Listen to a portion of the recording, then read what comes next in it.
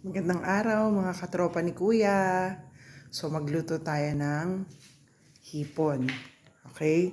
So tignan natin ang ating mga ingredients.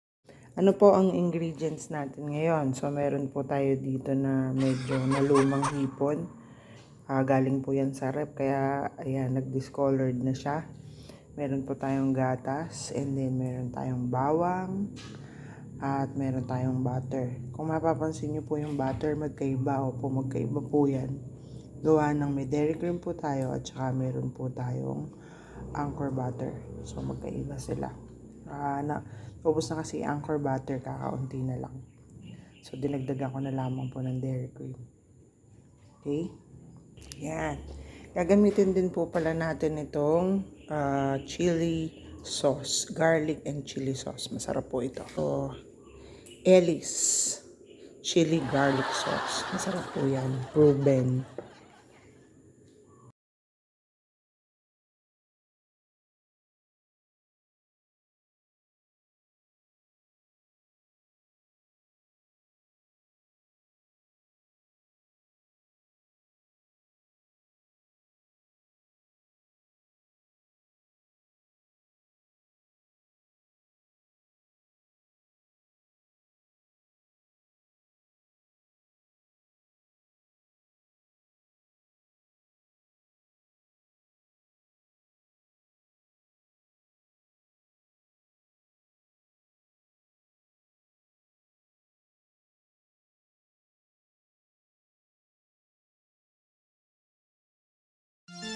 Ayan. So, luto na po ang ating chili garlic shrimp.